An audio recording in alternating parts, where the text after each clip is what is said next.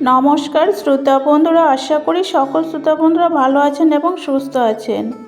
আজকে আবার আপনাদের সঙ্গে আরেকটি ভিডিও নিয়ে হাজির হলাম। তো বন্ধুরা পাশে থেকে দেখতে থাকুন। তো বন্ধুরা, আপনারা কেউ জানা থাকবেন আবার নাও জেনে থাকতে পারেন। তো আজকে আমি আপনাদের সঙ্গে এমন কিছু বিষয় আলোচনা করব, আশা করি আপনাদের কাছে ভালো লাগবে এবং পাশে থেকে শ্রবণ করবেন। তো চলে যাওয়া যাক পুরাণে। তো পুরাণ অনুসারে আত্মার কোনো দিন জন্ম হয় না। সেটা আপনারা হয়তো অনেকেই জানেন যে আত্মার জন্ম হয় না বা মৃত্যু হয় না। আত্মা কেবলমাত্র এক দেহ থেকে আরেক দেহে রূপান্তরিত হয়, শুধু দেহর বদলই করে। তো বন্ধুরা, পুরাণ অনুসারে আত্মার কোনো দিন জন্ম হয় না, আত্মার কোনো মৃত্যু নেই। কোনো আত্মা থেকে কোন দিন নতুন আত্মার সৃষ্টি হতে পারেনি। আত্মা অমর, অবিনশ্বর, দেহ নশ্বর। আত্মা শুধুমাত্র একটা শরীর। আত্মার কোনো দিন মৃত্যু হয় না। আত্মা কোনো দিন নতুন আত্মা বলে সৃষ্টি হয় না। সেই পুরনো দেহ ত্যাগ করে আবার যতক্ষণ না তার কার্যকালের মেয়াদ শেষ হলে সেই শরীর ত্যাগ করে আবার তৎক্ষণাৎ নতুন শরীর ধারণ করে। একজন আত্মার পৃথিবীতে যখন আসে তখন তার সেখানকার কার্যকলাপ শেষ হলে, তার কার্যকালের যে মেয়াদ সেটা শেষ হলে শরীর ত্যাগ করে আবার যতক্ষণ না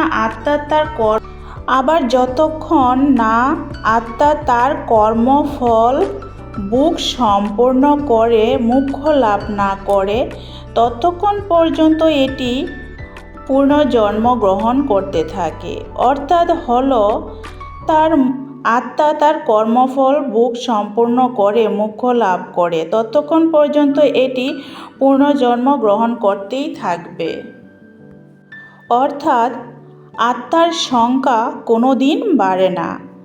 আত্মা কেবল তার শরীর পরিবর্তন করে।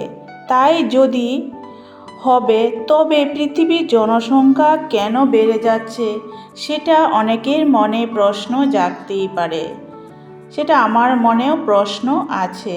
তো চলুন জেনে নেওয়া যাক।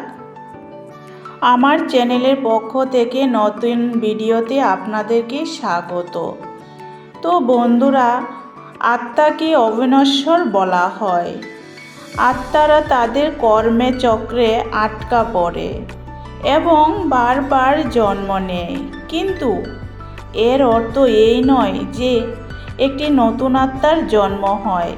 এখন প্রশ্ন জাগে যে আত্মার যদি মৃত্যু নাই হয় তাহলে জনসংখ্যা কি করে বাড়ছে? তবে মানুষের সংখ্যা এই পৃথিবীতে তো একই থাকার কথা, কিন্তু তার বদলে তা বেড়েই যাচ্ছে কিভাবে? এর ব্যাখ্যা বিজ্ঞানে অন্যরকম দেওয়া আছে, কিন্তু আমি যেহেতু এই চ্যানেলে পৌরাণিক বিষয়গুলি নিয়ে আলোচনা করি, তাই এখানে আমি পৌরাণিক ব্যাখ্যাটি দেব। তবে তার বৈজ্ঞানিক ব্যাখ্যার সাথেও কোনো না কোনোভাবে মিল পাবে আমার এই পৌরাণিক কাহিনীগুলো। পুরাণ অনুসারে জীবন আত্মা মোট 84 লক্ষ যোনিতে জন্মানোর পরে অবশেষে আত্মা তার মনুষ্য রূপে জন্মগ্রহণ করেন।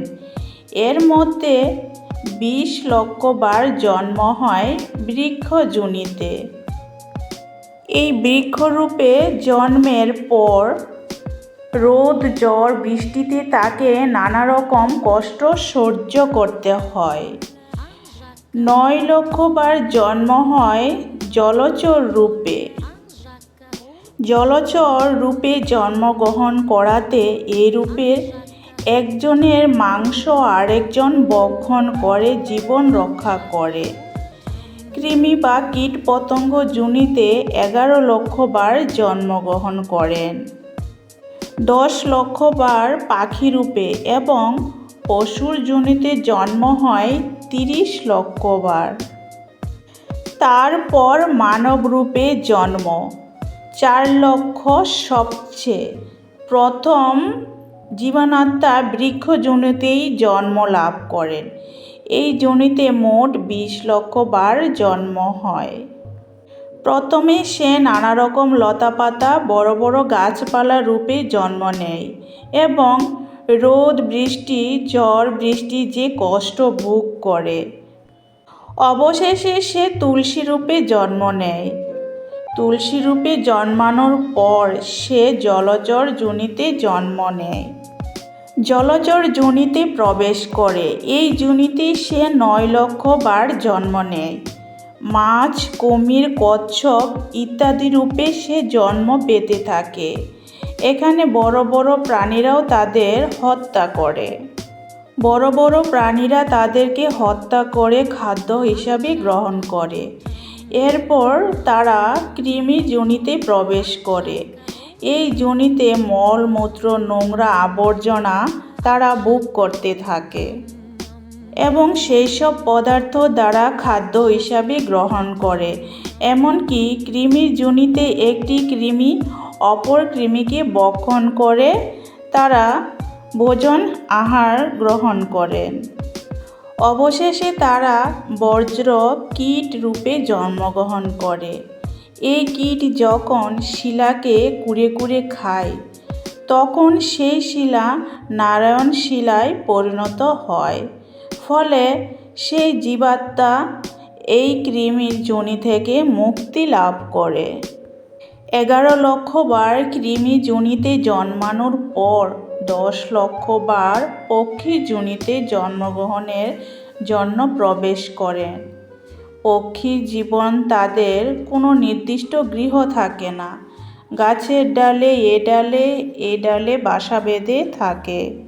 পক্ষীর যোনিতে জন্মানোর পর তারা গাছের ডালে ডালে বাসা বানায়। রোদ বৃষ্টি ঝড় কষ্ট পায়, তাদের বাসা ভেঙে যায় এবং ফল পোকামাকড় খেয়ে জীবন ধারণ করতে হয়। এইভাবে পক্ষীর যোনিতে জন্মানোর পর অবশেষে তারা ময়ূরপঙ্খী রূপে জন্মগ্রহণ করে। এরপর তারা পশুর যোনিতে প্রবেশ করেন। মোট 30 লক্ষ বার এই যোনিতে তাদের জন্মগ্রহণ করতে হয়। অবশেষে তারা গরুর রূপে জন্মগ্রহণ করেন এবং গরুর রূপে জন্মানোর পরে মনুষ্য জন্ম লাভ করেন। মনুষ্য যোনিতে মানুষকে 4 লক্ষ বার জন্মগ্রহণ করতে হয়। এই মনুষ্য যোনিতে জন্মানোর পর মানুষ নানা রকম পাপ কর্ম করে তারা পুণ্য জন্মচক্রের বন্ধনে আবদ্ধ হয়ে যায়।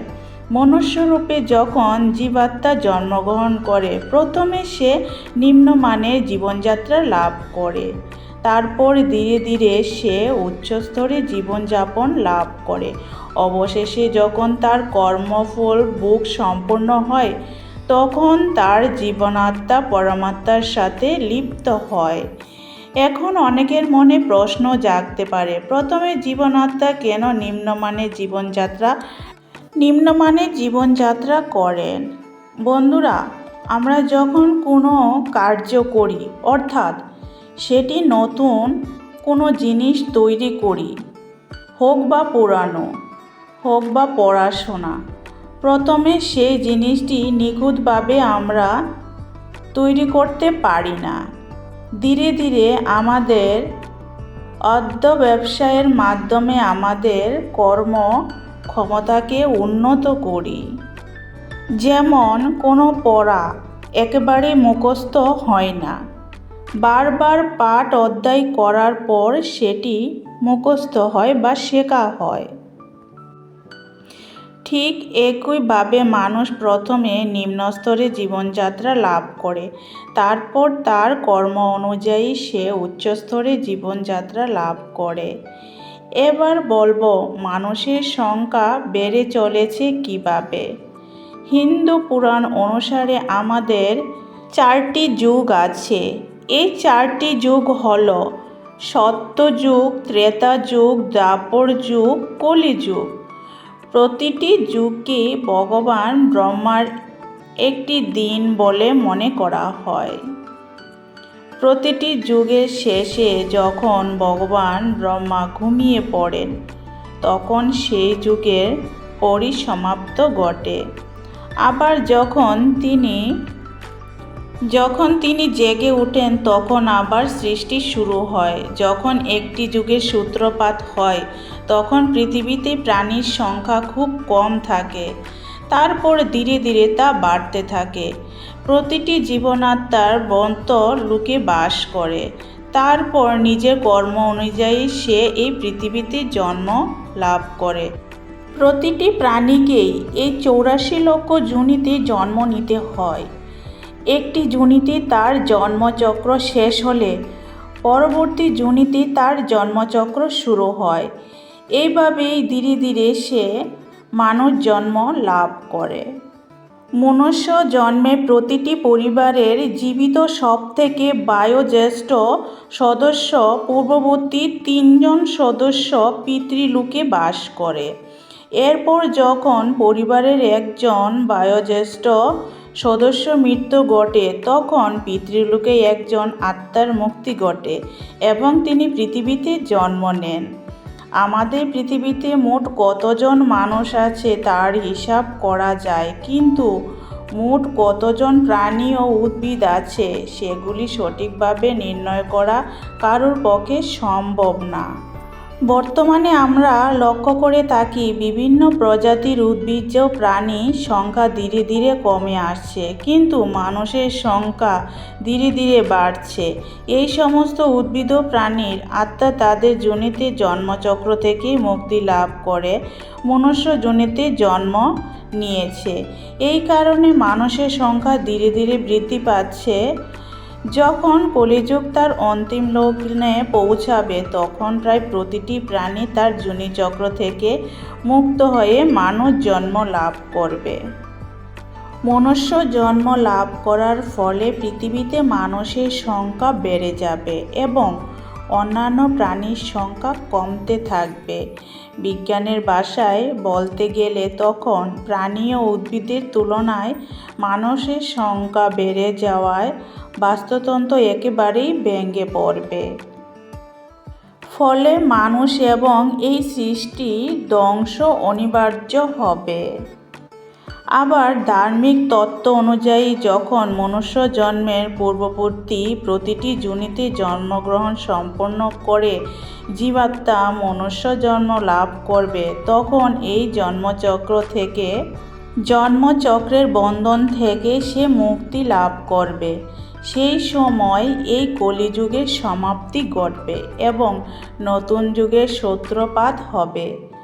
আত্মা অবিনশ্বর, অমর, তাই আত্মা কেবল এই পৃথিবীতে একটি যোনিতেই চক্র থেকে মুক্তি লাভ করে পরবর্তী যোনিতে জন্ম লাভ করে থাকেন। আর এই কারণেই একভাবে যেমন বিভিন্ন উদ্ভিদ প্রাণী প্রজাতির সংখ্যা কমছে, ঠিক অন্যদিকে মানুষের সংখ্যা দিন দিন বেড়েই যাচ্ছে। বন্ধুরা, আজ এই পর্যন্তই। যদি ভালো লেগে থাকে অবশ্যই লাইক, কমেন্ট, সাবস্ক্রাইব করতে ভুলো না। এটি ভালো লাগলে তবে তা অবশ্যই জানাবেন, কিন্তু ভুল ত্রুটি হলে ক্ষমা করে দেবেন। দয়া করে কেউ খারাপ মন্তব্য করবেন না। নতুন বন্ধু হয়ে থাকলে অবশ্যই আমার চ্যানেলটি সাবস্ক্রাইব করে পাশে থাকবেন। নতুন নতুন পুরানো কাহিনী শোনার জন্য আপনাদের কাছে পৌঁছে যাবে নোটিফিকেশন। ততক্ষণ আমার পাশে থেকে আমার ভিডিওটা সম্পূর্ণ দেখার অনুরোধ রইল। সবাই ভালো থাকবেন এবং সুস্থ থাকবেন। জয় শ্রীকৃষ্ণ।